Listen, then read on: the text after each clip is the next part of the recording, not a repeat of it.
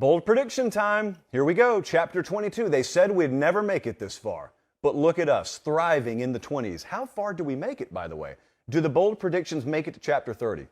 If your submissions today were any indication, I think they will. These are things that you claim you would bet your own money on. I just want to put that out there. Here we go. First up, Florida State, according to Chris, will go 3 of 4 in games against LSU, Miami, Clemson, and Florida. Paper pop. That is an 8 on the boldness scale of 1 to 10. I'm going to do you guys a favor here. I have not done this at all throughout the entire summer. I'm going to dust off the late kick model. It's the first time that I've revealed any of our hypothetical lines. These are not Vegas numbers. These are what our model actually has to say about these numbers. FSU is going to be a dog in all these games. We, in order, chronologically, would have LSU by 2.5 over FSU right now. We would have Clemson by 11.5 over FSU. We would have Miami by 10 over FSU. And we would have Florida by 4.5. That one's in Doak, I believe, towards the end of the season. So, as you heard, there's no 30-point spread there, but they are a dog there. So it would require 3 mild to moderate outright upsets. Just standard. I'm going to go with an 8 there. Splitting those 4 games, I think, would be a pretty big deal. In fact, I think if I offered you that right now, if you're a Florida State fan, you get to pick 2 out of those 4 games to win. Given that your over-under win total in Vegas is 7 right now, you split those, I think you're going over, unless you have devastating injury or several big upsets elsewhere. So that one's an 8 for me. Next up, kind of a version of a question or a prediction that we had a couple of weeks ago, but this one from Dylan is a little more specific. This year's college football playoff will be 100% Big Ten and SEC, a foresight into the future of the sport. I made this one an 8. Man, it really shows the strength of the conferences that it's not higher than that. So I'm going to read a list of teams to you. As on YouTube, you can see the teams that have already made it throughout the entirety of the playoffs so far. For this to pan out, for it to only be SEC and Big Ten, teams like Oklahoma, USC, Texas, Utah, Oregon, Clemson, Miami, Pitt, NC State, Notre Dame, none of them can be in. Because you've got Georgia and Ohio State and Michigan and A&M or Alabama. If you have just 2 representatives here conference-wide, of course it's going to be the Big Ten and the SEC. We also don't know what Notre Dame is going to do and fit into this whole equation. So outside of that, I am saying this is an 8, but it would be a brutal twist of irony right into the ribs if before we even enter the quote-unquote new world of college football, we have a playoff that features Big Ten and SEC exclusively.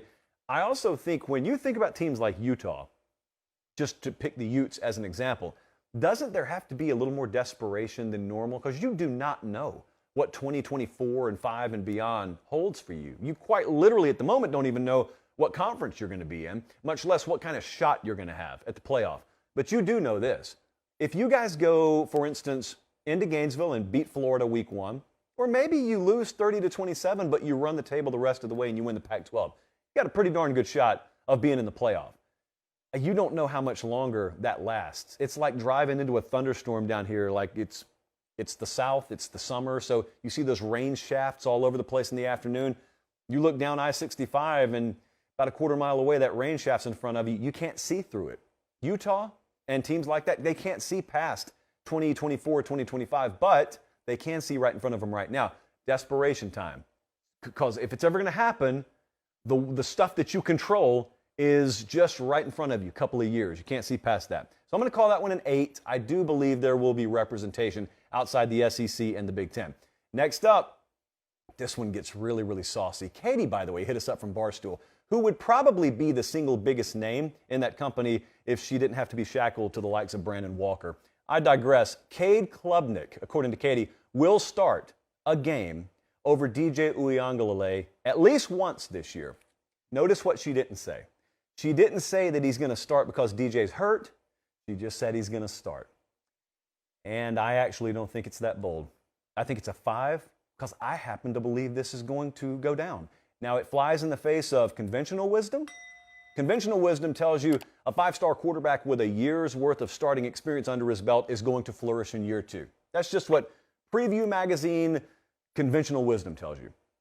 We know what to do with that. History has taught us. The second thing it does is it flies in the face of what Dabo Swinney, his head coach there at Clemson, said in the spring. He was adamant, was Dabo Swinney, that we're behind DJ. We have every bit of hope and confidence and trust that he's going to develop into the quarterback we need him to be. I'm a little less certain, but also I don't think it really gets real in anyone's mind until you get into the season, until it's live bullets time in week 1 or 2 or whenever. You know, they open against Georgia Tech. My point with Tech is not that that's an upset alert game necessarily, but I think a lot of folks look at Clemson's schedule and they see Georgia Tech, Furman, Louisiana Tech, at Wake Forest. They start getting 3 or 4 weeks down the road before they truly believe that Clemson will be tested. I am trying to explain to some of my Clemson brethren, even as we speak, if you do have the same problems you had last year, you will not get through week 1 before you know it. You won't get through the first half of week 1 before you know it. Mark my words. If DJ Uiagalelei is truly that improved, this is a moot point, non-issue. If he's not, if they still have the same struggles they had last year, you will have a very ugly first half against Georgia Tech. Here's the difference. Last year, it didn't matter. He was trotting right back out there if he was healthy. This year, you know in the back of your mind what you didn't know last year, and that is I got a healthy and very talented backup on the bench in Cade Klubnik. And he had 5 stars next to his name, too. And he looked really good in spring, too. And we know we recruited him, and we evaluated him, and we love him just like we love DJ out of high school.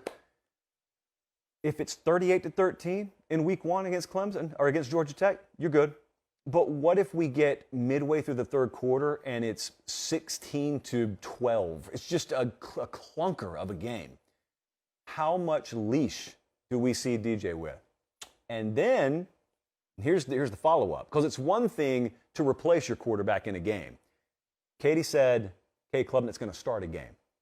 So if we see the switch, of course, then you just visualize the post-game presser. And in the post-game presser, first question to Dabo Swinney, Anna Hickey sitting right there representing 24/7 Sports for the Clemson site, and she says, what is the status of the quarterback battle now moving forward?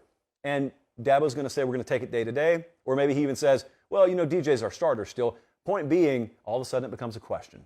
And eventually, if that is the case, especially early in the year, Cade Klubnik's going to end up starting for you. My point is, if it starts early or if it happens midway through the season, I think that time eventually will come this year. So I don't think it's that bold to suggest. Next up, let's go to the Big 12. TCU plays in the Big 12 championship game, huh? Well, in the Big 12, as you know, our philosophy here is there is no 10. There isn't really even a 9. Short of Kansas winning the whole thing, there isn't really that bold a prediction that could be made in this conference. So I'm going to call this one an 8, and I may be too high there. TCU has the the 6th longest odds right now to win the Big 12. The prediction is they're going to play in the Big 12 championship game. Of course, it should be noted, last year, the Baylor Bears won the conference. They played in the game. They won the conference. They had the 2nd longest odds to win the thing in the entire conference going into the season. So if TCU pulled this off, it wouldn't be near the odds upset that Baylor pulling that off was last year. Sonny Dykes is the head coach at TCU now. Gary Patterson is wearing a Longhorn polo down in Austin. Not the head coach. Some people will tell you not yet. He's not the head coach there any longer. Sonny Dykes is. Came over from SMU. And I'll tell you what's really interesting there. People have questions about them along the lines of scrimmage, but they got 2 quarterbacks that if anyone's going to figure out in year 1, it's going to be Sonny Dykes. And they kind of have like an interesting roster. You get wide ranges of opinions from people out in the Big 12, but that's the way they talked about Baylor last year, if you'll recall. So this is not crazy to me. It's bold. You know what? I'm not even going to call it an 8. It's a 7. Why not? A 7. They have at Texas and at Baylor mid-November, and that's not the easiest way to wrap up your schedule, but I'm going to call it a 7. There's TCU's schedule here on the back half. I mean, it's a tough 3-game stretch to end it. They go at Texas, at Baylor, Iowa State. You know, for all I know, we could see them enter November in the race before fading because of that back 3-game stretch to end the season. But nevertheless, I'm going to say that's a 7 on the boldness scale. Bold, but not impossible. Last one here. It gets really personal really quick. And a lot of you don't know what this means, and I'll explain it to you. Our friends there at College Football Unlimited said the Ramen Noodle Express will exceed 60% against the spread this year. Eyeball emoji. You know what this is? It's a 2 on the boldness scale. Least bold prediction we've had so far out of 22 chapters. We did this just 2 years ago. Last year, we were below 60%, still very profitable, but below 60%. It is our mission in life, and it has been since the ending of last year, to do 2 things. Number 1, get our YouTube channel to 100,000 subs. Done. Number 2, be back above 60% with the Ramen Noodle Express this year. We have added tens of thousands of new listeners and viewers who are no doubt asking themselves, did I miss something? What's the Ramen Noodle Express? It makes no sense to me. It shouldn't. Here's all it is. When I used to do radio down in Columbus, Georgia, we used to joke all the time. We had a caller who used to joke about his bets that he was placing for the weekend, and he needed them to hit, or else his kids were going to have to survive on ramen noodles. I took that, and years later, I needed to name our betting segment. And so I just named it the Ramen Noodle Express. It is expressly meant to keep you off a ramen noodle diet. And we have really cool logos with it too. Maybe some cooler ones this year. TBD. But the Ramen Noodle Express is our pack of picks that we give out on the show. We have our own proprietary model. We don't sell it. We don't sell the picks. It's nothing like that. This show is where you come for them. You take them or leave them. Our advice is bet all of them or don't bet any of them. More on how this is going to work functionally later on, but the Ramen Noodle Express, it is my mission. My, not quite promise, because that'll get me in legal trouble. My mission and my vow from me to you is I will try my best to get that thing back over 60% this year.